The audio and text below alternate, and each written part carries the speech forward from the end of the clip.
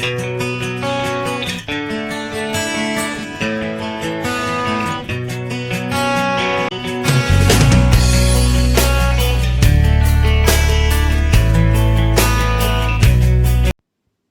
morning students. Welcome to EduStar Class 7 Science video class.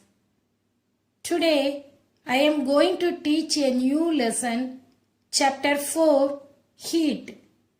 Let's begin with a simple question. Are you ready? Name the different forms of energy.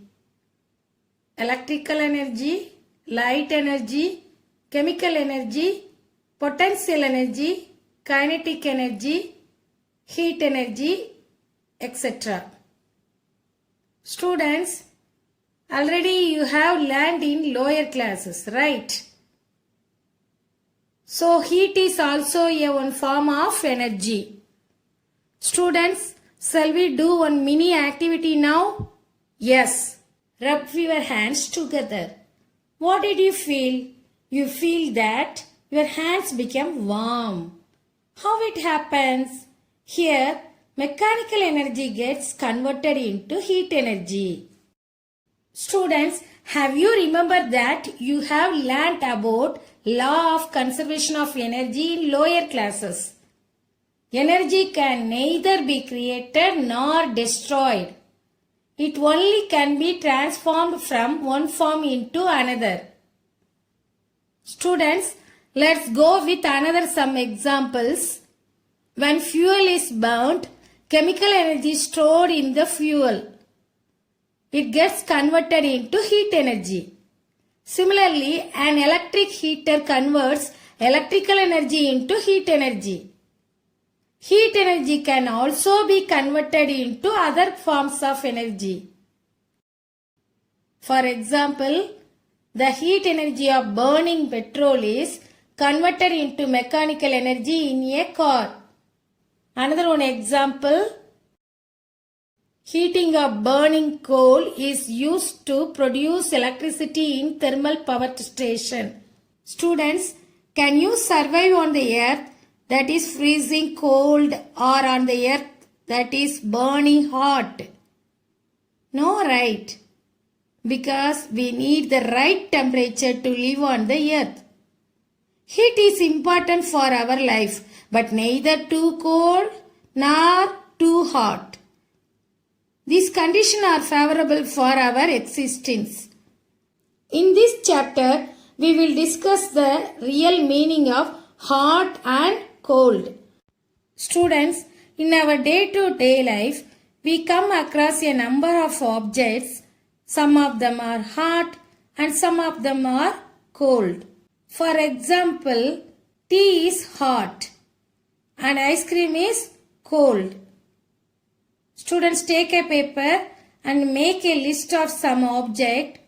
Which one is hot and which one is cold? We see that some objects are cold while some are hot. You also know that some objects are hotter than others while some are colder than others. How do we decide which object is hotter than the other? We often do it by touching the object. But is our sense of touch reliable? Let us find out through an activity. Yes. Take 3 small containers or bowls. Label them as A, B and C. Pour cold water in mug A and hot water in mug B. Mix some cold and hot water in mug C. Now, dip your left hand in mug A and the right hand in mug B. After keeping the hands in the 2 mugs for 2 to 3 minutes, put both the hands simultaneously in mug C. Observe it carefully. What did you observe? Your left hand feels that the water in mug C is hot and the right hand feels that the same water is cold. Students, What did you conclude from this activity? The sensation of touch is relative. When your hands comes from hot water to warm water, you feel water is cold. And when your hand comes from ice cold water to warm water, you feel the same water is hot. So we conclude that we cannot always rely on our sense of touch to decide whether an object is hot or cold. Understood? Students, what makes things appear hot or cold? The sensation of hotness or coldness depends upon the direction of flow of heat. When heat flows from the object to our body, it appears hot to us. When heat flows from our body to the object, it appears cold to us. The degree of hotness or coldness of an object on some chosen scale is called its temperature. We have frequently used two terms, heat and temperature. These two terms are closely related but do not have the same meaning. In fact, heat is the cause and temperature is the effect. As heat is applied to an object, its temperature rises. The device that measures temperature of an object is known as a thermometer. Therma refers to heat in Latin and meter refers to a measuring device. A thermometer works on the principle that substances expand when heated and contract on cooling. A thermometer consists of a capillary tube with a small bulb at its end. The bulb and part of the tube are filled with a liquid and the upper end of the tube is sealed so that the liquid does not evaporate. The space above the liquid in a capillary is evacuated so that the liquid expands freely. Different substances like mercury, alcohol, etc. are used as thermometric liquids in different types of thermometers. The type of the substance used in thermometers depends on its specific property. Okay, students? Why do mercury preferred as thermometric liquids in making thermometers? Any guesses? The reason is mercury is the only metal which is found in liquid state. It is also a good conductor of heat. It is a shining, silvery white liquid which can be seen very easily and the position of the boundary edge can be read distinctly on a scale. It does not stick to the wall of the thermometer. It has a uniform contraction and expansion. So, mercury is used in the thermometer. Students, let's learn about temperature scales. There are three temperature scales.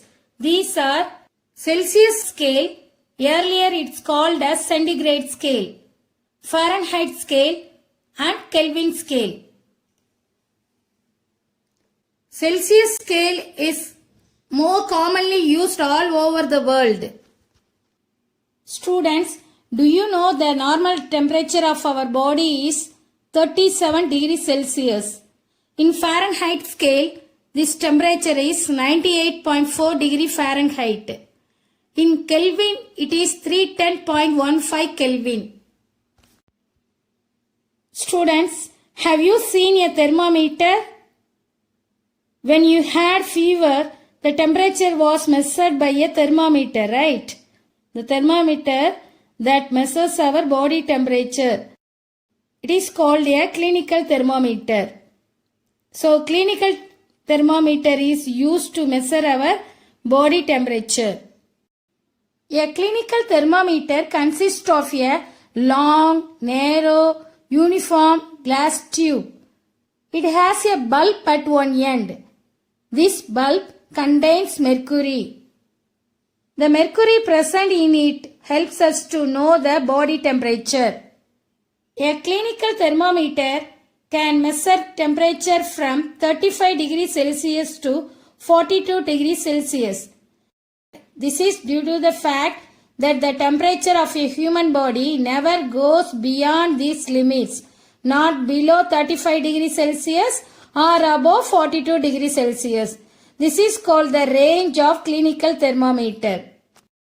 Students, do you know how to use clinical thermometer?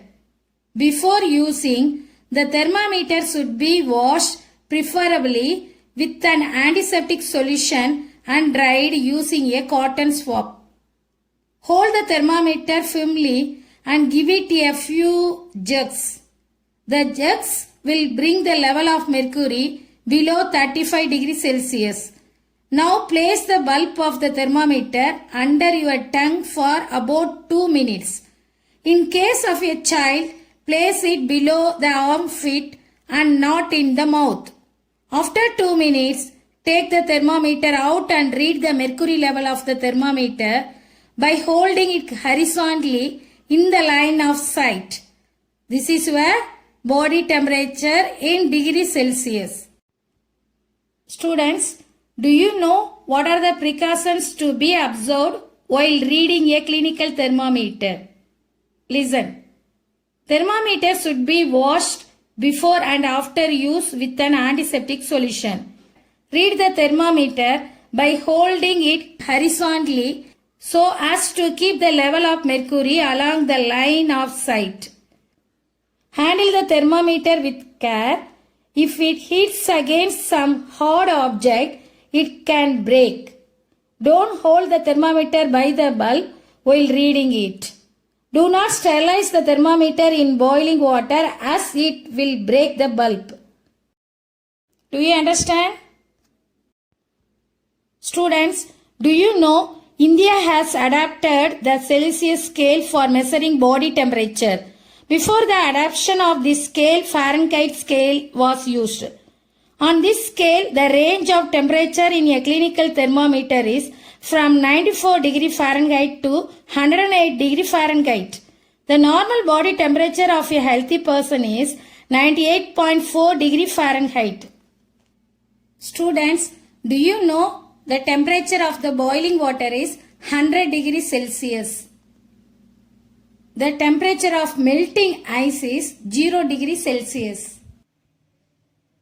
Okay students, we will see the rest of the topics in the next video class.